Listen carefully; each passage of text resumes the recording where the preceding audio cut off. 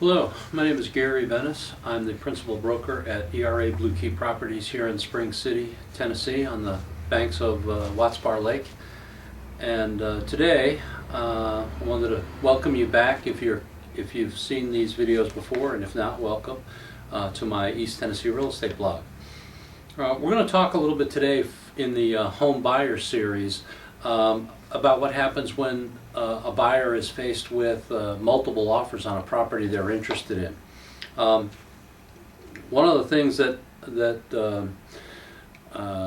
happens, especially when a market is getting hot or improving, is the potential for multiple offers to come in on a property. And while you as a buyer are working with your agent, whether that agent be your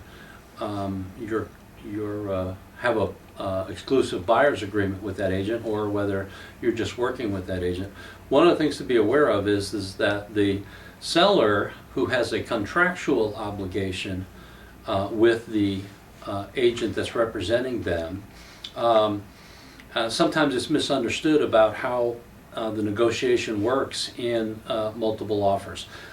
First and foremost, let me say that the seller is in total control of that process, and while the seller's agent provides input on negotiating and market values and other information, ultimately it's the seller who is responsible for controlling the multiple offer negotiations and discussions. And in fact, Article 1 of our Code of Ethics indicates that an agent, and I quote here, shall protect and promote the interest of their client, and it goes on to say that to also treat all properties honestly. Now, the buyer should understand that the seller's agent is simply conveying, at the end of the day, conveying the wishes of the seller.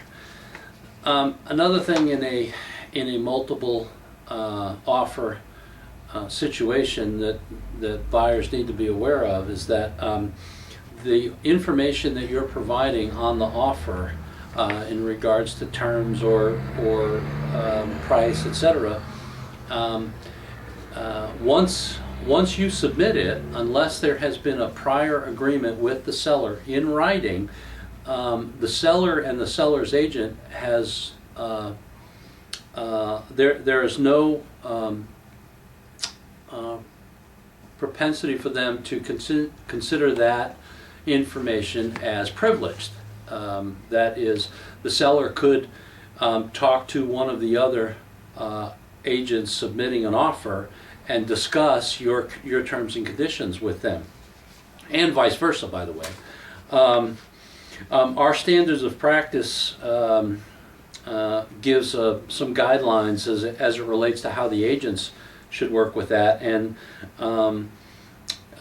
one of the things it says is when entering into a buyer-tenant agreement, the agent representing either the buyer or the seller, for that matter, must advise potential clients of possibility that seller or seller's rep may not treat the existence of any terms or conditions of any offer confidential unless confidentiality is required either by state law, regulation, or a confidentiality agreement signed between the buyer and the seller prior to the offer being submitted.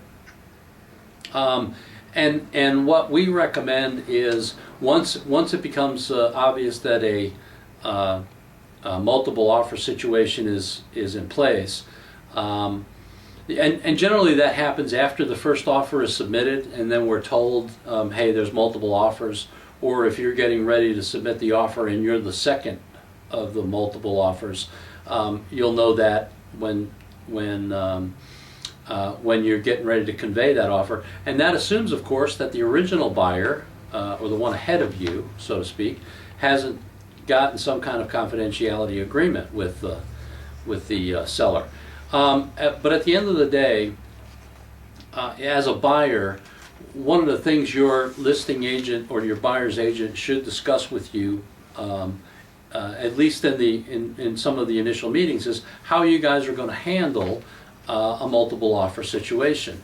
Again, our advice is to try and get that information in the form of or in written form, that there's a confidentiality agreement that exists between the two parties, and also the buyer should have a very clear understanding of what parameters they're going to work in terms of whatever conditions they may be requesting or requiring, and or where their pricing is and can go.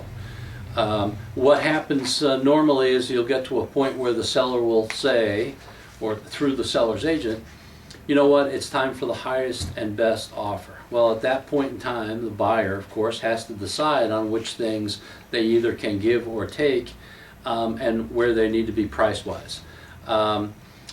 Having done that work up front and having that plan in place does a couple of things. It takes a lot of the mental anguish, I guess, out of that process, and there can be a lot of that if you're not prepared, and you've found this home and you've been looking for months, and you finally find the place that you think is a perfect fit, and then to find out that 3 other people think the same thing, and now you're dealing with having to go back and forth on pricing. So you should be aware of where you are willing to go price-wise, and in the case of a multiple offer, I can almost guarantee you it's not going to be that the pricing is going to go down. It's certainly going to go up. So that needs to be understood, and also what conditions you may have applied to your original offer that you're willing to give up, and so that you might end up as a successful bid. Once that is done and the offers are submitted, and then obviously a buyer either gets the property or not. But at this point, I think it's safe to say that having that plan in place up front can at least assure the buyer that they've done everything they can, they've worked within the confines of their situation, and if they have to walk away from the process, at least they can do it knowing that having been prepared, they took all the right steps and ultimately didn't get themselves into a situation where they paid more for a house than they could afford, or more than it was worth simply to get it and live to fight another day, so to speak. So multiple offers, as the markets improve, we're going to see that more and more. Our agents are schooled in and very professional when it comes to dealing with those. They're going to give the buyer good advice. As I said, we like to make sure the buyer's aware that the potential exists that we'll need to get a confidentiality agreement with the seller. We also need to keep in mind from an emotional standpoint that it's not the listing agent that's making the call, it is the seller, and it's the seller's responsibility. The agent has and that is the listing agent, has the responsibility and the fiduciary to the seller to convey and to deal with any ethical and legal instructions. And that's important to understand. It's not the agent, the listing agent may not necessarily and is not the bad guy if you're in a tough negotiation. Normally that's his job is to impart the will of the seller. So as you move forward in your buying process, just be aware that multiple offers do happen, and they can be successfully navigated if you plan for them up front. That's a conversation you should have with your agent. If you'd like any more information on this, you can contact us here at ERA Blue Key Properties. And our number here is 423-365-2515, and we'd love to hear from you. And of course, if you're out there looking for property, our staff of agents here is ready to assist you, and they're well versed in this and the other complexities of dealing with the real estate process. So we'll look forward to that. I hope you've enjoyed this video. We'd appreciate any feedback. You can certainly call that into the same number, or you can email me directly. That's Gary@etwaterfront.com. I'd love to hear from you, and we'll be speaking again soon. Thank you.